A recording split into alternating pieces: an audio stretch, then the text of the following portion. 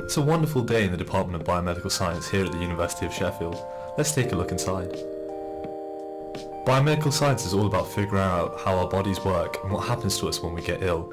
Learning about all this helps us improve treatments and even find possible cures.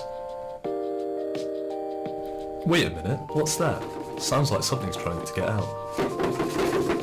Oh, it looks like our delivery has finally arrived. Say hello to Danbo. He's come a long way to help us find out more about how our bodies work. He's alive, just like you and me. Look, he even has a heart. Let's take a closer look at the inside of Danbo's heart. Just like us, Danbo needs blood to be pumped around his body. Blood carries oxygen, which goes to organs like his brain, and that's really important to keep Danbo up and running. The heart's known as a double pump. Let's take a look why. We have two sides of the heart, the right and the left. That might look like it's the wrong way round, but that's because if you're looking at someone face on, their left is your right. Try it out yourself. Let's start with the right side. This is the superior vena cava and this is the inferior vena cava. They're known as veins because they carry blood towards the heart. This is the pulmonary artery.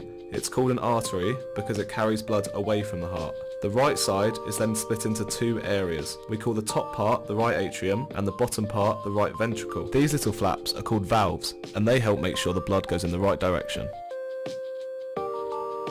Blood comes in from the inferior and superior vena cava and go into the right atrium.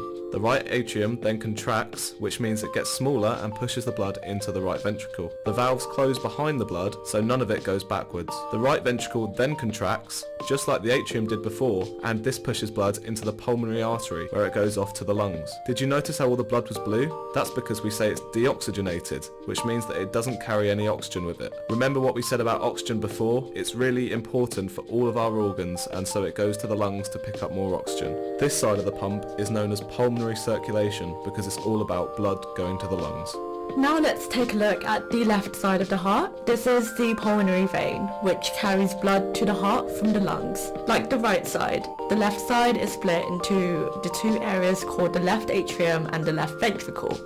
They also have valves that make sure blood goes in the right direction. Blood comes in from the pulmonary vein and into the left atrium, which contracts and pushes blood into the left ventricle. The left ventricle then contracts, which closes the valves, just like in the right atrium, and the blood gets pushed into the aorta, which carries blood around the rest of the body, unlike the right side, which only carries blood to the lungs.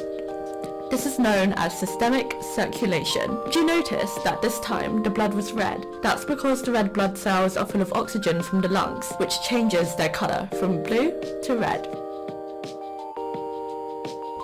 It's a lovely day today. How about we go for a run in Weston Park, Danbo?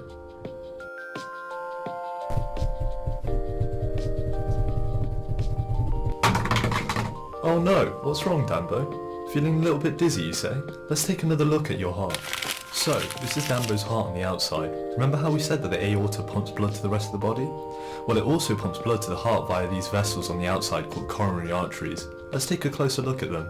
As you can see, the red blood cells are moving through the coronary artery along with the yellow fatty deposits. It appears that Danbo has a lot of it. Oh no. Looks like a large plaque of fat has caused damage to the artery wall, which has caused a clot. This is bad because now the artery is blocked and the blood can no longer travel to the heart, and that means that the heart can no longer pump.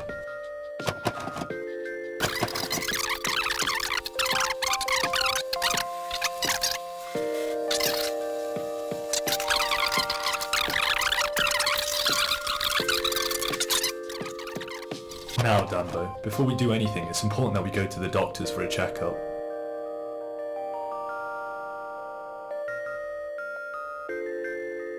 Hello, I'm Dr. Djebbar. How can I help you today?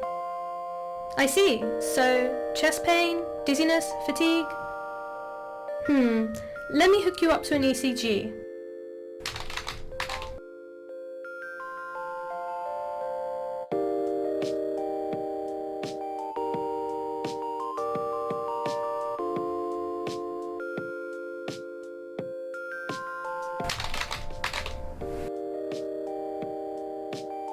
So this is your ECG, and this is a normal ECG.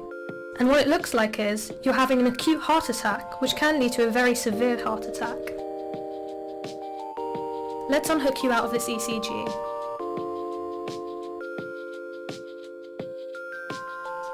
Now let's look at the potential causes that may be causing your acute heart attack.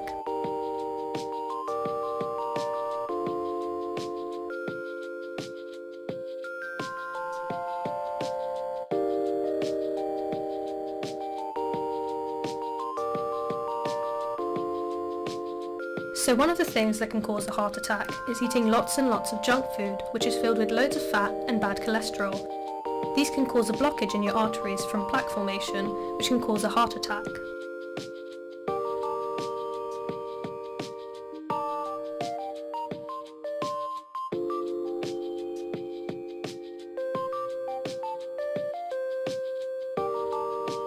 Smoking cigarettes can damage your arteries and lead to a build-up of fatty deposits, which again can cause a heart attack.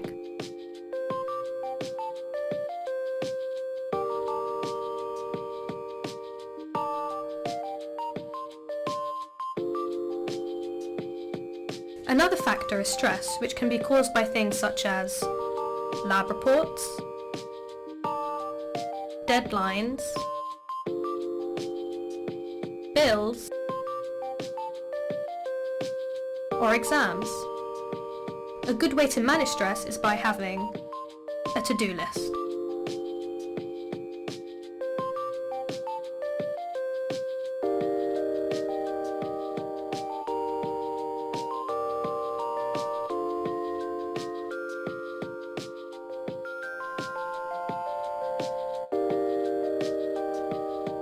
So let's take a look at some possible treatments.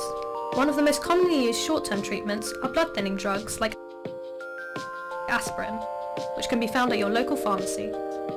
As for long-term treatments, a widely used procedure is coronary angioplasty. Let's take a closer look.